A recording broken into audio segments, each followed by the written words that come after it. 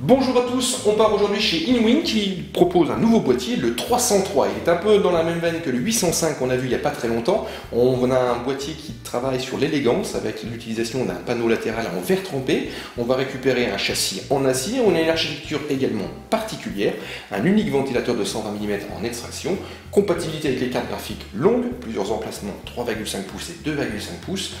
Pas d'emplacement pour l'installation d'un lecteur optique, et on va retrouver en façade tout un système rétro-éclairé. Ça sort aujourd'hui, il est annoncé à 99,99 € pour pas dire 100. Donc petit tour d'horizon de cette nouveauté, et ensuite on vous donnera rendez-vous sur le site pour un test complet. Inwin nous revient donc avec le 303, c'est une nouveauté, ça sort aujourd'hui et il est positionné à 100 €. On va retrouver un boîtier dit au format moyen tour avec des dimensions de 500 par 315 par 480 mm pour un poids de 10,8 kg. Il est assez conséquent et ça s'explique par le fait qu'on va utiliser un châssis en acier avec une finition acier globale. Donc, ce qui est, voilà, ça porte un petit peu sur le poids par rapport à l'utilisation d'aluminium. Au niveau de la façade avant, on va, et c'est assez visible, on va retrouver l'ensemble de la connectique avec 4 ports USB, donc 2 ports USB 3. On a également les classiques jack audio micro casque, un bouton power, un bouton reset, une petite LED d'activité pour les unités de stockage et le logo Inwin. Et tout ce petit monde là, donc aussi bien le logo que les ports USB et les classiques jack audio vont s'illuminer en bleu dès la mise sous tension de la configuration. On a une finition noire mat avec un revêtement légèrement bleu, c'est très bien travaillé, c'est très sobre. Par contre, attention aux traces de doigts. Alors, je vais vous montrer, il suffit simplement de passer ses ongles et là on a tout de suite un marquage. Par contre, ça se passe assez rapidement, soit à la main, soit avec un petit chiffre. 303 propose au niveau latéral que sur un seul côté du verre trempé, l'ouverture se fait assez facilement. C'est une petite trappe.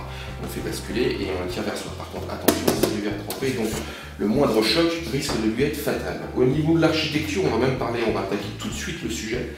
Ici, Inwin innove en essayant de proposer quelque chose d'un peu différent. Donc, les éléments principaux de la configuration sont positionnés sur le bas. On va également récupérer deux emplacements dédiés pour des SSD 2,5 pouces ou des disques durs à ce format. Donc ici, on a simplement des vis à main pour les désolariser du châssis. Par contre, l'installation du SSD va devoir réclamer l'usage d'un petit tournevis. Au niveau refroidissement, de base, ce 303 propose un unique 120 mm à l'arrière, c'est de l'extraction. Et par contre, il est prévu pour évoluer en termes de refroidissement. Et l'idée ici d'Inwin, c'est d'utiliser le mouvement naturel de l'air qui, normalement, l'air chaud monte et l'air froid descend. Donc ici, lorsqu'on fera monter en charge notre configuration, on risque d'avoir une accumulation d'air chaud sur le haut, d'où l'explication également du positionnement du bloc d'alimentation qui n'est pas à l'horizontale mais à la verticale, même en latéral, comme vous pouvez le voir ici. Et on a un système, à ce niveau-là, ça se voit assez facilement, d'un système de rails qui vont permettre d'installer des ventilateurs supplémentaires en 120 mm. Ou encore même de passer avec un radiateur de water cooling de 360 mm. Et cet ensemble-là peut se compléter avec l'installation de 3 autres ventilateurs de 120 mm sur le bas.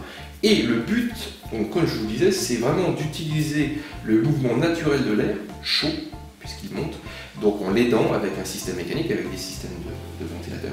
Donc là, les ventilateurs sur le bas seront placés en aspiration, donc ils aspireront de l'air frais, qui propulsera l'air chaud sur le haut, et ici, avec des ventilateurs, cette fois-ci en extraction, vont pousser l'air chaud de ce compartiment-là vers l'arrière du boîtier, donc au niveau du second côté, enfin, second panneau latéral, et non pas vers le haut, puisque le haut n'a pas d'ouverture, ou encore l'arrière. Donc petite originalité, à savoir si cela fonctionne, eh ben, on regardera ça en détail au niveau du test, sachant qu'on ne complétera pas le boîtier puisqu'il est livré tel que. On regardera simplement ses performances de base avec ses uniques ventilateurs de 120 mm. Question compatibilité, l'architecture supporte un ventirad donc de 160 mm et au niveau carte graphique, alors là il y a le choix puisqu'on a plus de 360 mm de disponible. À l'arrière de ce 303, donc, peut-être avant d'attaquer l'arrière, juste une petite remarque par rapport au côté latéral qu'on vient d'observer. Il est également accompagné d'un filtre à poussière qui va être positionné sur le bas, qui occupera en fin de compte toute la longueur quasiment du boîtier, et il est extractible en latéral. Donc ça, c'est un choix, on va dire, assez judicieux. Il n'y aura pas besoin de passer par derrière ou faire de la contorsion pour pouvoir accéder au fil qui généralement est placé à l'arrière. Donc justement, à l'arrière, on va retrouver 7 slots d'extension. Ici, on a le droit à des équerres PCI perforées, et comme je vous l'ai souligné tout à l'heure, et vous l'avez vu, on a déjà une configuration installée, donc il s'agit de notre configuration de référence. On va retrouver également donc, le 120 mm en extraction, accompagné d'une grille dit à structure en nid d'abeille, On a l'emplacement pour la plaque arrière de sa carte mère et ce positionnement un peu particulier du bloc latéral, d'alimentation qui est proposé. Voici maintenant sur le second panneau latéral. Donc ici on n'a pas de verre trempé comme je vous disais, c'est de l'acier, par contre avec un système d'aération un peu particulier positionné sur le haut. La fixation par rapport au châssis se fait simplement par deux petites vis à main et le panneau, il suffit simplement de le laisser tomber. Et ce système de fermeture et d'ouverture est assez pratique au niveau du câble management. Donc ce système d'aération, comme je vous expliquais tout à l'heure, est vraiment en correspondance par rapport au choix de Inouï, c'est-à-dire qu'on a un bloc d'alimentation positionné en latéral, et ici avec la jonction de ventilateur supplémentaire, l'air chaud arrivera en haut du boîtier et sera propulsé au niveau latéral et non pas sur le haut. Au niveau câble management, c'est pas très sophistiqué puisqu'on a pas mal d'espace ici pour ranger le surplus du câble et le positionnement, on va dire, assez compact de notre configuration sur le bas ne réclame pas forcément ici de tout ranger dans tous les coins pour faciliter la fermeture du panneau. On n'a pas eu trop de difficultés. Vous retrouvez quand même ici l'utilisation de tirisants juste pour avoir un faisceau cohérent. On retrouve, comme au niveau des SSD à l'avant, un système de plaque de fixation solidaire du châssis avec de 5 petites vis à main. Par contre ici dédié au disque dur 3,5 pouces, il faudra toutefois utiliser un tournevis pour assurer la fixation du disque sur la plaque.